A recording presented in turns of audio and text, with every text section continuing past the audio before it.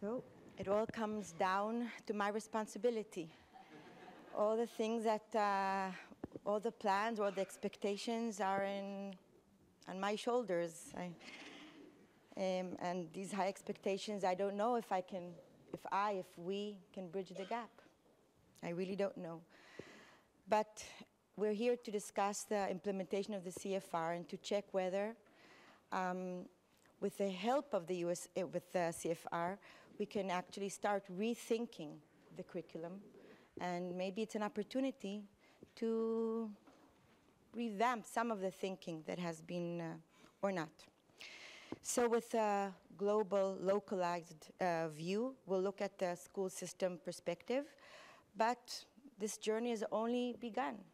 I mean, in the past few weeks that we've been discussing the CFR and its implementation.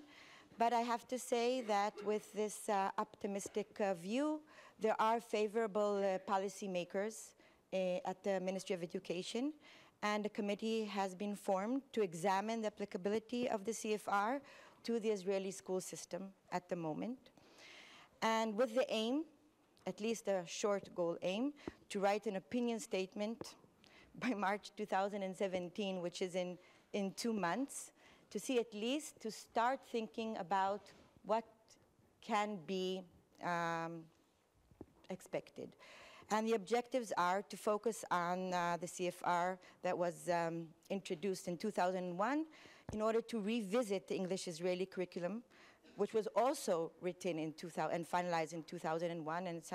And two writers are, I see Elisheva and Ofar here, with the CFR as an overarching frame of reference. And also look at other countries, similar or not, that have adapted the CFR to the system, to the education system. And we heard one example from Ireland now, but there are others, a Swedish example, a Canadian example. And also bearing in mind that we have to consider the specific context relating to different populations, from young school children, how it adapts to them, and up to academic school tracks and the very diverse population that we have in Israeli schools. Maybe specifically to look at the wide range of uses, guiding principles and values in the CFR document. We just heard that it's possible, but also, and to look at the local needs.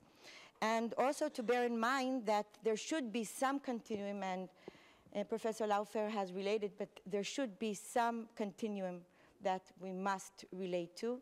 At the moment, as we heard, the gap is very, very big.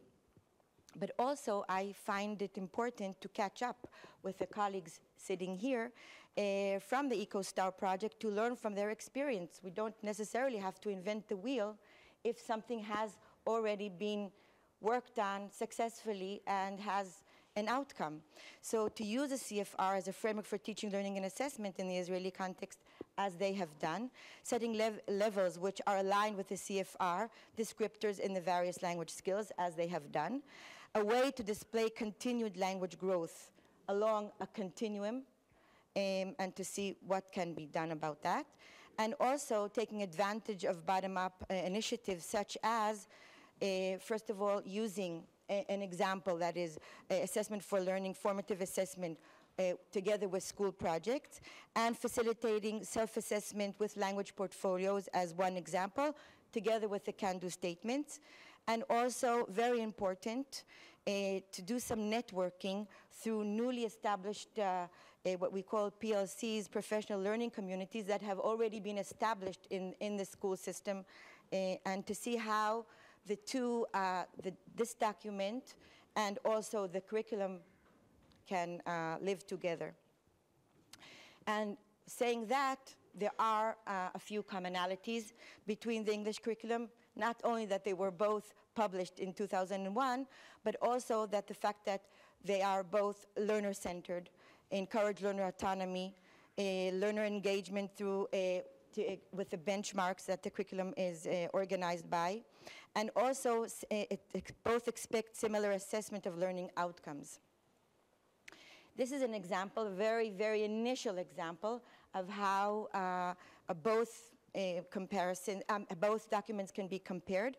The Israeli curriculum on my right-hand side is organized in benchmarks, whereas the CFR is a can-do document and has can-do statements.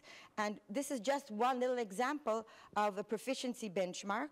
And the question is, can it be aligned in a very systematic way? And I think the answer is yes.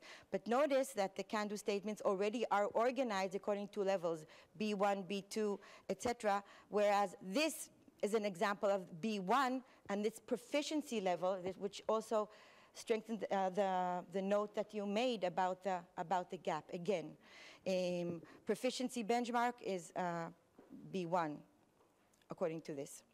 So the committee recommends, first of all, to consolidate the existing curriculum and the proposed framework, as the two documents are, as I said, are very much in terms of theory and pedagogy similar.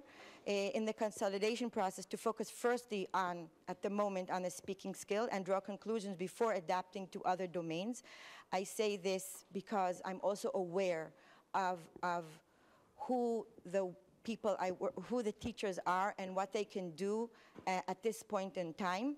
And also because of that, a pilot, I hope already at the end of this school year, to look at oral proficiency in 6 schools on a voluntary basis, but in a very subtle manner to create a change. And as I said, to avoid resentments, work with English teaching professionals and within professional learning communities of English teachers. I find that very, very important, to work with the teachers and not only with a top-down approach. And also to look at the CFR as a basis of a continuum for English teaching from the school system to higher education, to create continuity and long-term planning for English. As I said, it's an opportunity to rethink also but to at least start to think about other documents that examine language standards, for example, the ACTEFL, and there's another research that is now under review that relates to language comprehensibility that is worthwhile also being done in Europe. So what are the questions to be asked? First of all, as OFA has raised the consumption of the CFR, at what price, students, teachers, the effect on the curriculum. Should there be a dynamic criteria approach locally developed to fit particular contextual needs? I think the answer is yes, based on what we just heard. Can the CFR serve as a framework for combining classroom and external assessment data?